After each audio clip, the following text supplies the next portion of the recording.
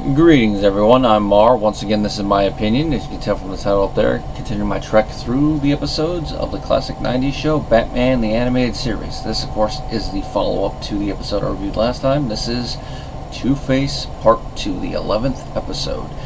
Like I mentioned, the first half of this two-parter is the stronger of the two.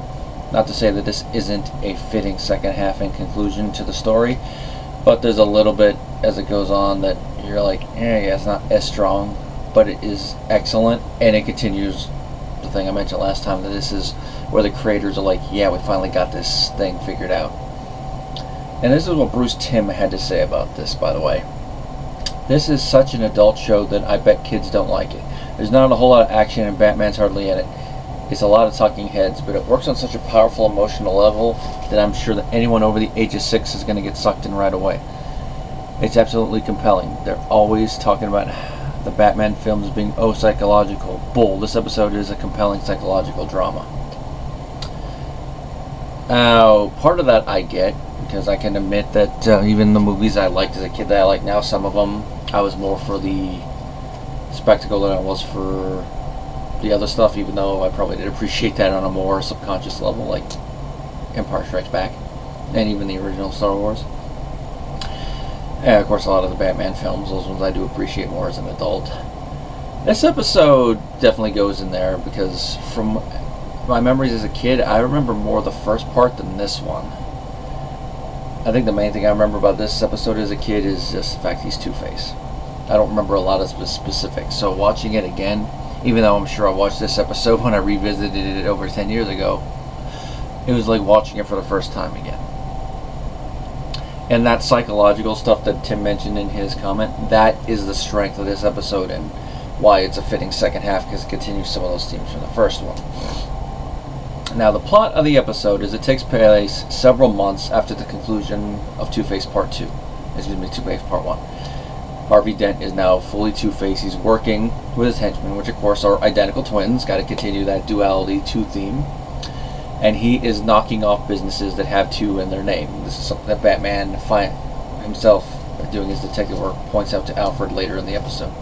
Now, unlike other incarnations where he's doing this just for the lulz, Two-Face here, he's not only knocking off businesses that have 2 or other variations of double in their name, he's making sure he's only knocking off businesses that are fronts for Rupert Thorne. So even though he is not fully Harvey anymore, he is still continuing to pursue justice in his own way.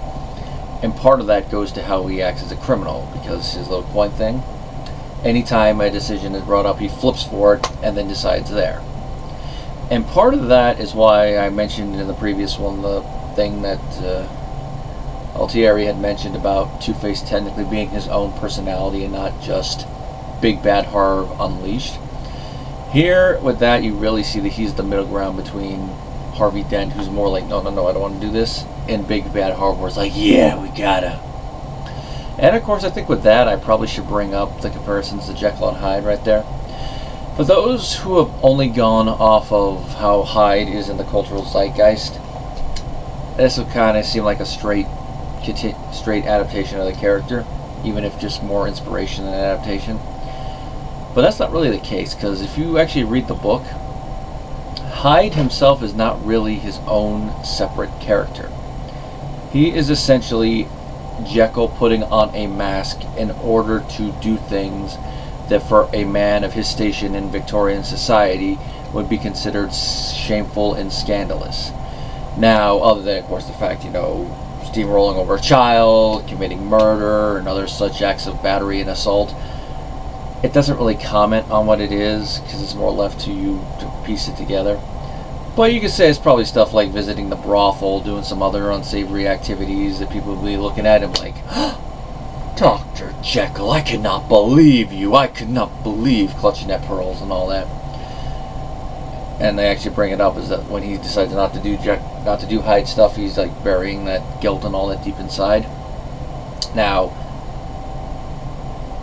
to go with this, like I said, Two-Face really goes more with the zeitgeist version of him. And if you look at it that way, it does work, especially in this version of the character, because takes what the comics have done and makes it better. Now, throughout the episode, Harvey and Two-Face are dealing with some of that psychological issue, mainly with the fact that Grace is still out there. Apparently she's still looking for him and she still loves Harvey. But Harvey, he doesn't want to bring her into this because he doesn't want to hurt her any more than he already has. But as a famous author once said, the human heart in conflict of itself is the only thing worth writing about. And Harvey's heart is really in conflict with himself because in the end he breaks down, contacts Grace, and has her come to him. Now, part of the problem with this is that because they know he's knocking him off, Rupert Thorne and his men are trying to find Harvey so they can take him out, especially after what happened at the end of the previous episode. And they know that Grace is his weakness. So he has his female henchman and another one of his male henchmen disguise himself as cops go to her and say, hey, we're trying to find him. If he ever contacts you, click this. And when he does, they click it, and Harvey and Grace are accosted by Rupert Thorne and some of his henchmen. Of course, Batman shows up, and he does go to help. And even Grace gets her hands dirty when she fights with the female henchman that said she was a cop. Now, if there's one issue with Batman in this episode, it is this, because at one point I'm watching this, I'm like, wait a minute, Batman got injured? How the hell did that happen? Like I said, there's some things like that. It's more the psychological thing and the whole relationship between Grace and Two-Face and Harvey and Two-Face is all drama that make this episode a second half, but that thing with Batman is like, yeah. And of course, with the whole thing with the fact that Rupert Thorne goes there directly, makes you wonder in other episodes after this where Rupert Thorne appears is like, how the hell did he manage that? Well, I guess that's one of the subtle ways they're showing that Gotham is corrupt, even if they can't really play up a lot of the other stuff like the comics and even some of the films do. Now, there is a Chekhov's gun in this episode that they show early on when we see the first robbery on screen that Two-Face is committing. I mean, it's not his first one, but it's the one that we actually see since there's that little time jump where he stole a lot of silver coins.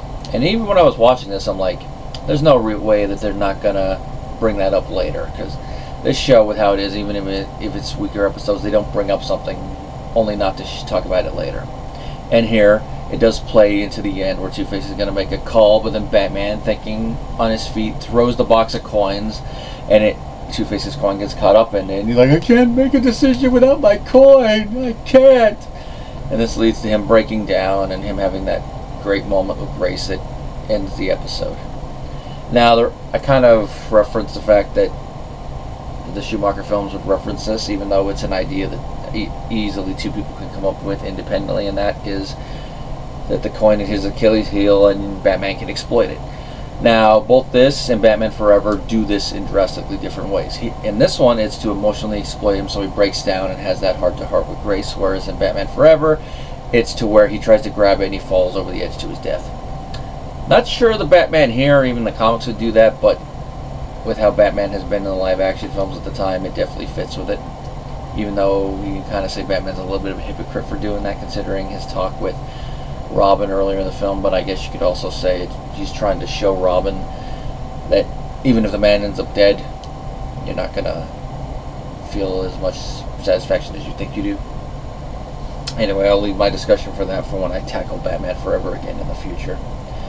But here, definitely good that they didn't just leave it as an unfired Chekhov's gun. They actually pulled the trigger with it, so it's a nice way to end that episode. Now, with how the episode does go through with its ending with Grace, Two-Face, and all that, it makes you wonder, okay, what's going to happen to Harvey next? Now, I think I've kind of mentioned some of it loosey-goosey, but there are episodes in the future that Two-Face is in.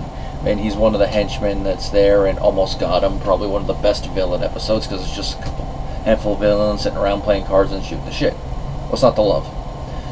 Of course, he's in the new Batman Adventures, which one of the weird things about the jump from this show to that one is because I think the last time we see Two-Face in this show proper is he's about to undergo the surgery, and it shows that Bruce never gave up on his friend.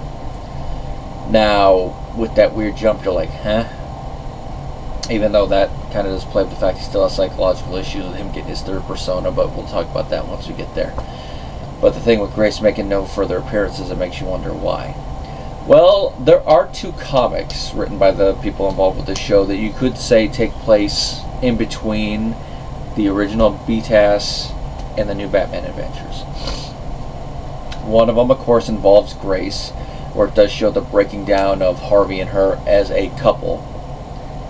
And it is an interesting comic from what I've heard about it. And of course the other one is where you could look at, okay, he kind of tried to reform, but this is what made him break down even more and come back into being Two-Face. And possibly might explain the little jump in attitude Batman has between this show and the next one, because he's a little bit more willing to try and help the rogues rehabilitate in this show. You know, within reason. I mean, he tries with Joker, but there's really no reaching the Joker. Whereas in the second show and further on, he's not as willing to help the rogues try to repent unless they really, really make the effort, like with Scarface. And with that one, it's the one where he gets the surgery, he rehabilitates thanks to the help of his doctor, and finds out she has a twin sister. Sister's more of a villain. She offs the other sister. He relapses and he uses coals to burn his face again. And with that one, you can kind of see why Batman will go off the deep end a little bit, because his friend decided to relapse, but also we kind of show why he's a little bit more heartless in the follow-up than he was before. And that's just me giving the abridged version of what happens in those comics. But they're interesting there, and whether or not you consider them canon or not is going to be up to you. But since people who made the show are involved in there, you can definitely look at it. Which, speaking of which, Randy Rogel wrote the teleplay for this episode again. Not really much else to say about this episode. I mean, the animation is pretty good. I mean, there's one shot that I really like where it goes to a close-up of Two-Face's face, and it's a lot more detailed art.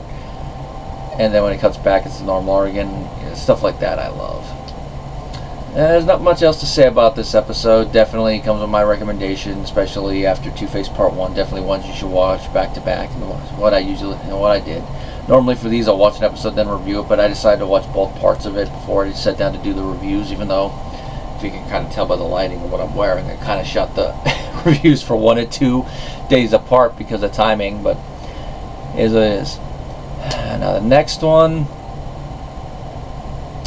is gonna be an interesting episode if I'm reading my notes right, because it's one of those ones that you could tackle within any type of story, but tackling it within the context of the Batman universe is interesting because it involves crime and someone not in the criminal world and how they interact. So keep that whole human heart at conflict with itself quote at the back of your mind, because in the next episode we're going to delve in that a little bit more. But like I said, that'll be next time.